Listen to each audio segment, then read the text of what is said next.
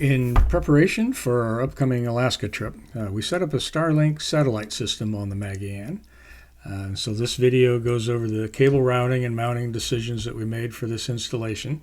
In this picture you can see where the Starlink dish is going to be located on that railing that sits above the stairway up to the command bridge. So our first decision was which plan and equipment to choose. So these two options that we see here are the main ones that seem to be suitable for boats. We decided to go with a mobile plan, which is definitely the cheaper option. Not really designed for in-motion use as compared to the high-performance flat dish, but we expect to mostly use it at anchor, especially in the evening as we check the weather forecast for the next day's trip. However, it does support some in-motion use at slow speeds.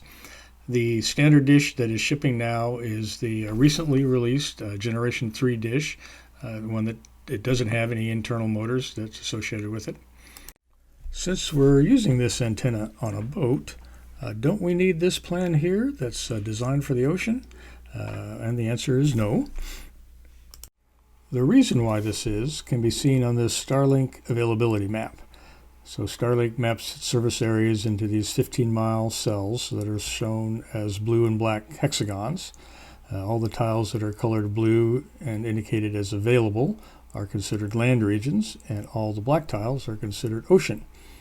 So regional mobile plans can be used on land within our continent, and virtually all of the inside passage is defined as land, so we expect that we'll have continuous satellite coverage all the way along on our trip up to Alaska.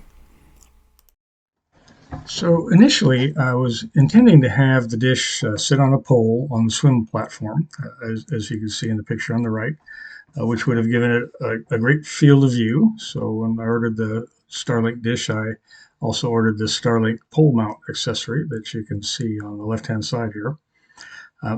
Well, looking at it, the hole that the pole fits in is not very deep, and it's just held in place with a single set screw.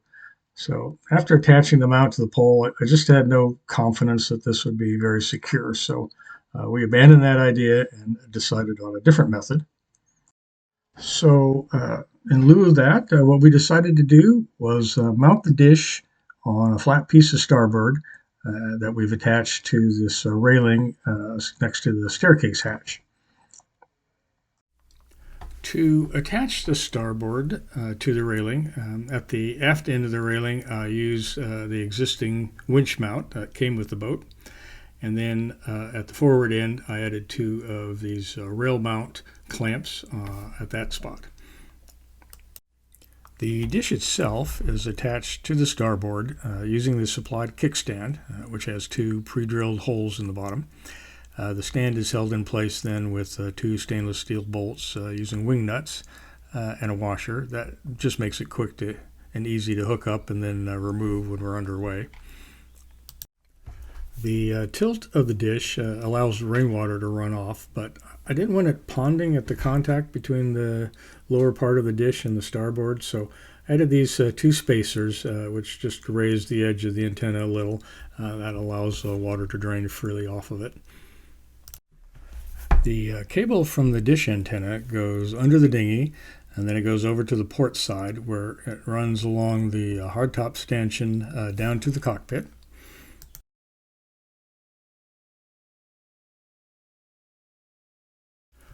Once the antenna cable is into the cockpit, I put a loop on it so water will drip off into the scuppers in case it's raining. And then I run it over to that long overhang that is under the gunnel. And at the forward end of the gunnel, near the cockpit ice maker, is an opening that leads down into the engine compartment. Once I'm down in the engine compartment, there's a cutout that allows access to the storage area under the galley floor. You can see where some PEX water lines and power cables for the galley refrigerator also run through here. Now we're under the galley floor and we're looking aft at the cutout from the other side, and we run our Starlink cable through that. And then we're coming over to the cupboard that is in the galley, and we're going to go up through there in order to get to the router. This is the hatch that gives us access to the storage area under the galley where the antenna cable is at the moment. The hatch is open, showing this storage area underneath the galley floor, and we're going to reach underneath there and then drill a hole in the bottom of this cupboard that you see at the top part of the picture. I wasn't able to find any other way out from under the galley floor, so my solution was to drill a hole into the bottom of the overlying cupboard space and go upward from there. After bringing the antenna cable up inside the cupboard, then I drilled another hole through the fiberglass on the top of the cupboard door, and that allowed me to bring it out of the cupboard and onto the counter and then over to the Starlink router. So behind the water filter is the electrical outlet where we have the power supply plugged into, and that cord and the antenna cable then go over to the Starlink router. And then that completes the installation. And this short video clip just follows the route of the dish antenna cable as we've just described in the previous few slides. From here, the cable travels along the gunnel.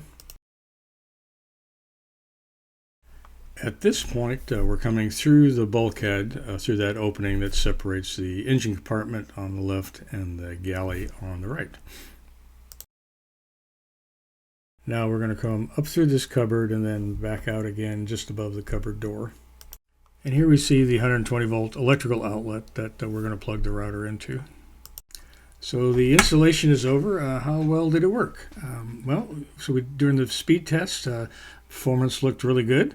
And installed as it was on the railing, it seemed like for the satellites at least that we were observing on this test, there were no obstructions. In use, it draws a bit over 6 amps, which correlates to the lower end of the power usage specifications. Apparently the higher 100 watt value corresponds to periods when the snow melting function is active. Well, that's it for this video. Thanks for watching.